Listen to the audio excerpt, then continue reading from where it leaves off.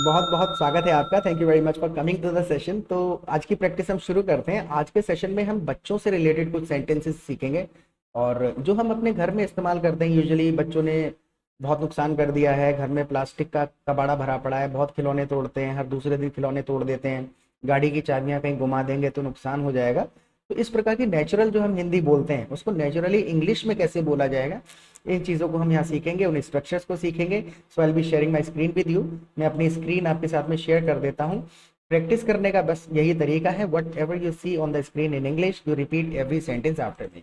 मेरे साथ हर सेंटेंस को आप रिपीट करते जाइए, क्योंकि बोलेंगे तो बोलने की आदत पड़ेगी। और दूसरी चीज़ यह है कि आप फ्री में, बिल्कुल फ्री में हमारी लाइव क्लासेस भी अटेंड कर सकते हैं हमारे एप्लीकेशन पर। तो ड्यूरिंग द सेशन में अपना आपको नंबर दूंगा, आप मुझे व्हाट्सएप कर दीजिएगा।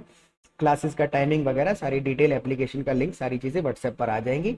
वहां पर आइए, लाइव सेशन जब अटेंड करेंगे तो वहां पर बहुत ज़्यादा हेल्प मिलेगी समझने में सिचुएशनल इंग्लिश को, कि नेचुरल इंग्लिश में ट्रांसलेशन में क्या फ़र्क है, कौन सी सिचुएशन में कौन से सेंटेंसेस यूज होंगे। ओके। तो उसने assume that I am talking about my son right now in this video. मान के चलिए मैं अपने बेटे के बारे में बात करता हूँ इस वीडियो में। उसने सारे खिलौने तोड़ दिए।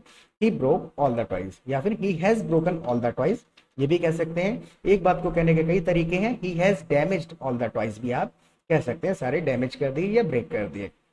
नाउ अब नए मांग रहा है। He broke all the toys, और अब नए मांग रहा है।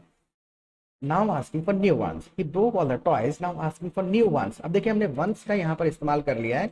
वंस मतलब है वाले। वन मतलब ऐसी कंडीशन में इस्तेमाल करते हैं, जैसे एक एग्जांपल लेके देखें। मान के चलिए कि आप किसी दुकान पे खड़े हैं और वहां पे आपको ऑप्शंस मिले हैं कि आप छोटा वाला मोबाइल लोगे या बड़ा वाला मोबाइल लोगे। तो आप कह सकते हैं I take bigger one. I take bigger one यानी बड़ा वाला।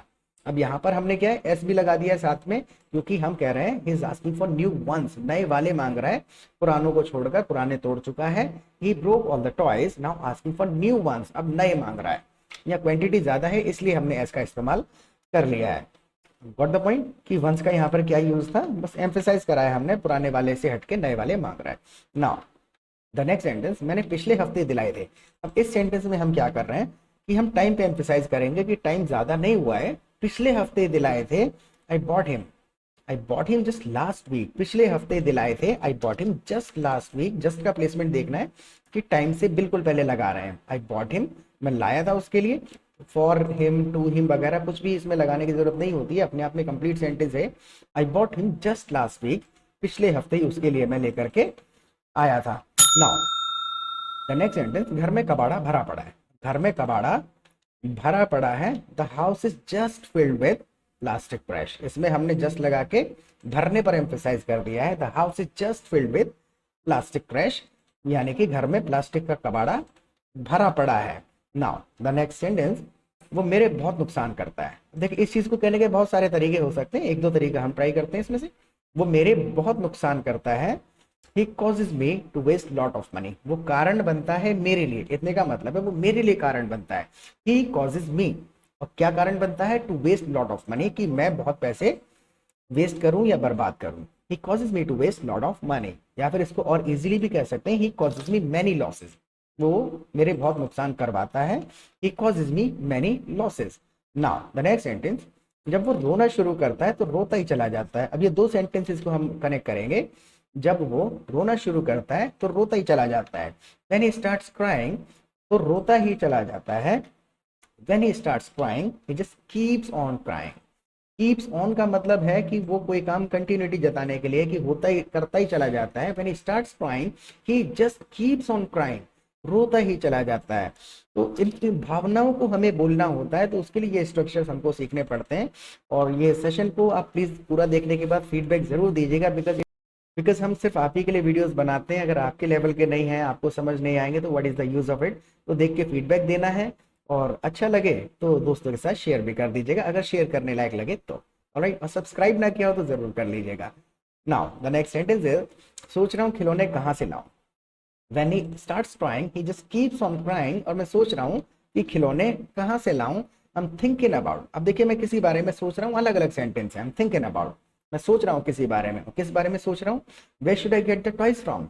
I'm thinking about where should I get the toys from, because condition क्या है, किस कंडीशन में सोच रहा हूँ।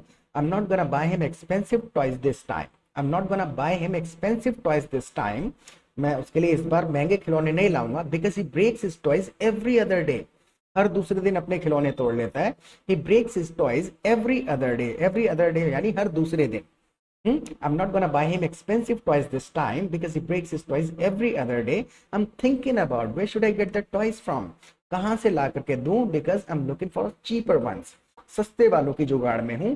I'm searching for cheaper ones या फिर I'm looking for cheaper ones.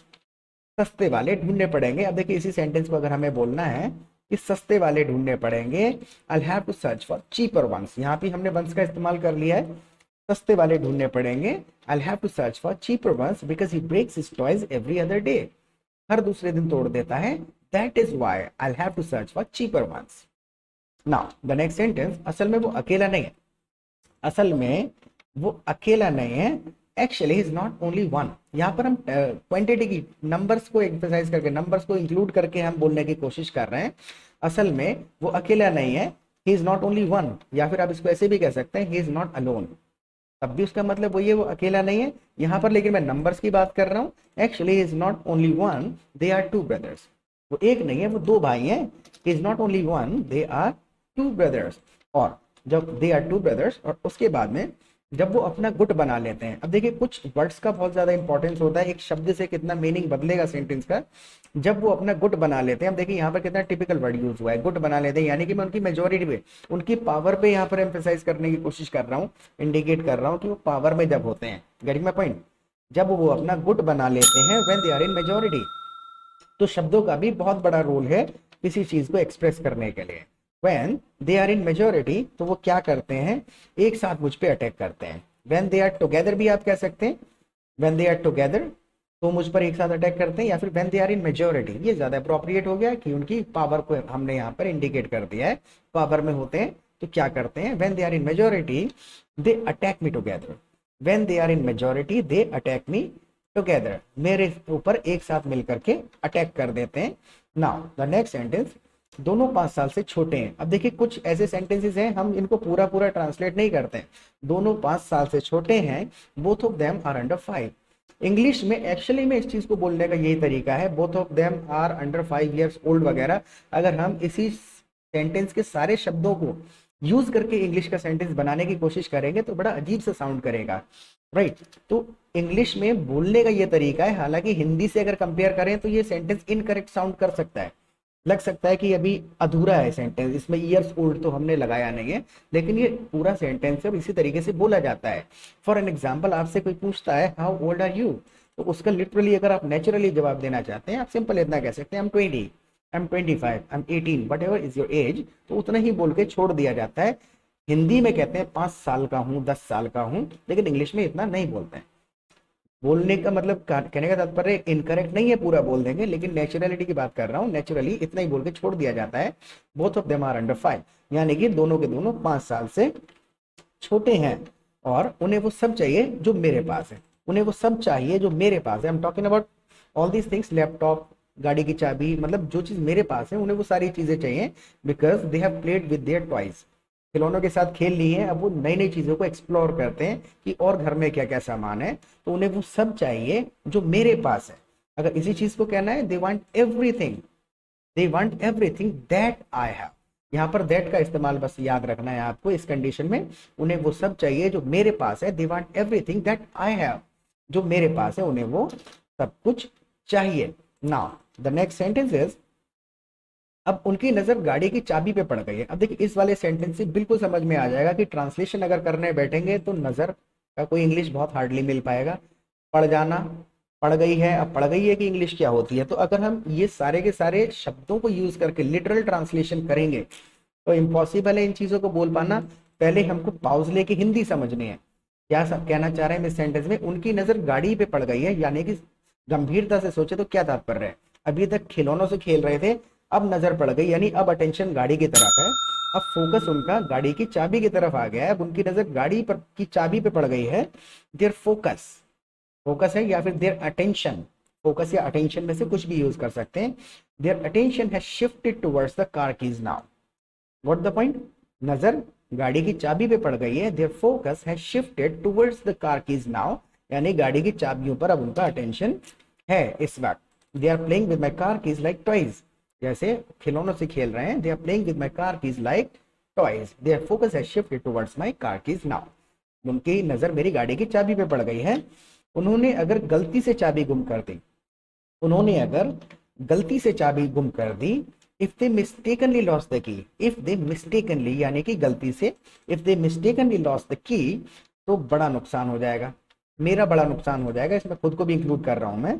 If they mistakenly lost the key, I will be at huge loss then, I will be at huge loss, मेरा नुकसान हो जाएगा। तो इसी तरीके से बोला जाता है I will be at huge loss. जैसे अगर मैं प्रेजेंट में कहूं मेरा नुकसान हो गया है बहुत बड़ा, I am at huge loss, I am at huge loss. तो if they mistakenly loss the key, I will be at huge loss then, right. तो इस सेशन को कम से कम 2-3 बार देखिए, मैं रिकमेंड करूंगा 3 बार देखिएगा, क्योंकि इस स्ट्रक्चर्स आपको तीसरी बार में याद हो जाएंगे and you will start using them in your conversation when you will be talking to somebody in English. WhatsApp number मैंने दे दिया है, तो लाइव क्लासेस में आइएगा, काफी ज्यादा एंटरटेनिंग और यूजफुल होंगे वो सेशंस आपके लिए। दूसरा, सब्सक्राइब नहीं किया तो कर लेना, दोस्तों के साथ शेयर कर देना। कल दोबारा मिलेंगे इसी चैनल पे एक नए सेशन के साथ। Till then take care of yourself and keep practising.